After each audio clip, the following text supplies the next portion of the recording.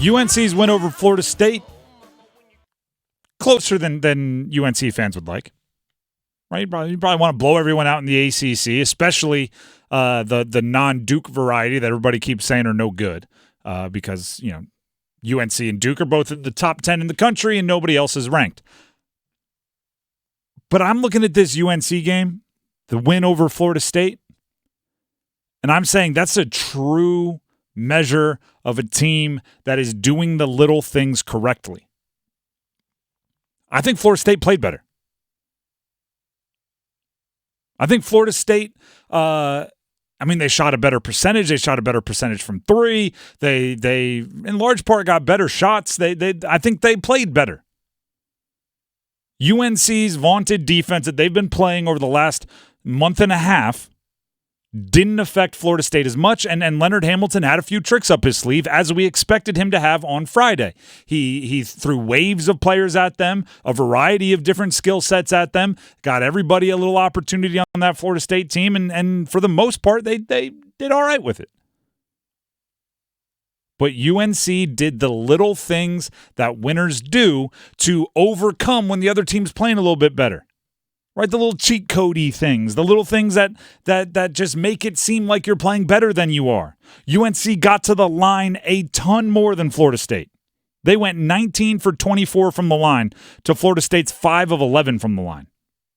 So not only did they get to the line more than twice as much, they also made a much better percentage.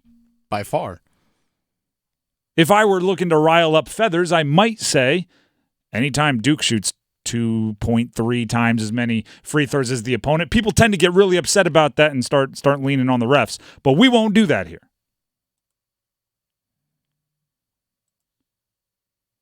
They out-rebounded Florida State by a bunch, 41-32. Right? That's extra possessions, specifically on offense. You want to know what I thought was funny about this? Harrison Ingram, one of our favorite players. Mm-hmm. Love me some Harrison Ingram. Harrison Ingram had 17 rebounds. Dude was lights out. There was a game not long ago against Boston College. He had 14 rebounds, right?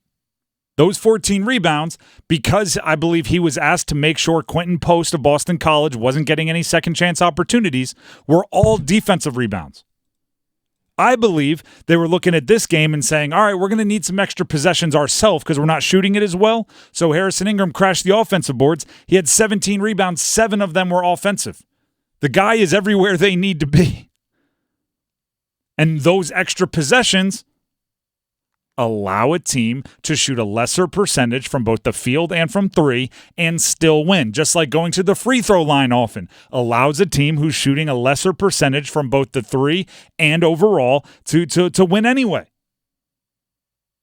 Their defense was solid, if not spectacular, as it has been, but that win was a good winning program, winning against a team that was giving them their best shot. Against the best teams in the country, you might lose that game. Against the best teams in the country, I'm not sure that effort from North Carolina is enough. But you also say they might be more up or more locked in or more whatever for a game against one of the best teams in the country. I'm not exactly making that a apples to apples comparison. But it's not exactly apples to roofing shingles either, right? It's close. It's oranges to tangerines. I've gone too far down this analogy path. Slightly. So we're going to jump out of it and just say, that is a winning team doing the winning team things. That is a winning team doing the little things. That is a winning team understanding it's about the details. Here's a dirty little fact about the ACC. Anybody that comes out shooting lights out can win any game. We've seen it too many times. An unranked opponent takes down a top 5 opponent or a top 10 opponent or a top 15 opponent simply by, their best shooters getting hot. Simply by shooting 58% from three in over a half, right? Something crazy. The good teams are the ones that win anyway when that doesn't happen. And I'm not even calling this a win ugly. Because winning ugly is a skill, and we've talked about it. And the more you win ugly, the more comfortable you are in those situations. This was winning pretty. Even though you weren't knocking down your shots at a ridiculously high level, right? Your leading scorer still had well into his 20s, right? RJ Davis. Your second best player this year, I believe Harrison Ingram, had a double-double with 17 rebounds and 13 points. These are aesthetically pleasing parts of your game. Just the fact of the matter is when you look at the totality of it, Florida State also probably is looking around going, how did we not win that game? And then you look in the margins and you're like, wow, North Carolina was doing everything on the outsides of it, everything on the outskirts of the game to make sure they were set up in a position to win. It wasn't a team that was allowing themselves to get outplayed because they weren't locked in. It was a team that was getting outplayed and winning anyway because they were locked in, which is just a little eensy-weensy, teeny-weeny, little subtle difference. It's like you can get strikeouts without your fastball. Exactly. Yeah. It was very much, I always use Max Scherzer as the example. Mm-hmm. Max Scherzer shows up and you could tell in the first inning, like, doesn't have his grade A stuff. Other team gets all salivating, right? Like, oh, he doesn't have his stuff, boys. Time him up. Then all of a sudden he's being pulled off the mound after 7 2/3, 1 run allowed, like 6 guys stranded on base. Sure, but that doesn't count on the scoreboard. And he's got that intense look with the 2 different color eyes. That's Max Scherzer. That's what it was for North Carolina.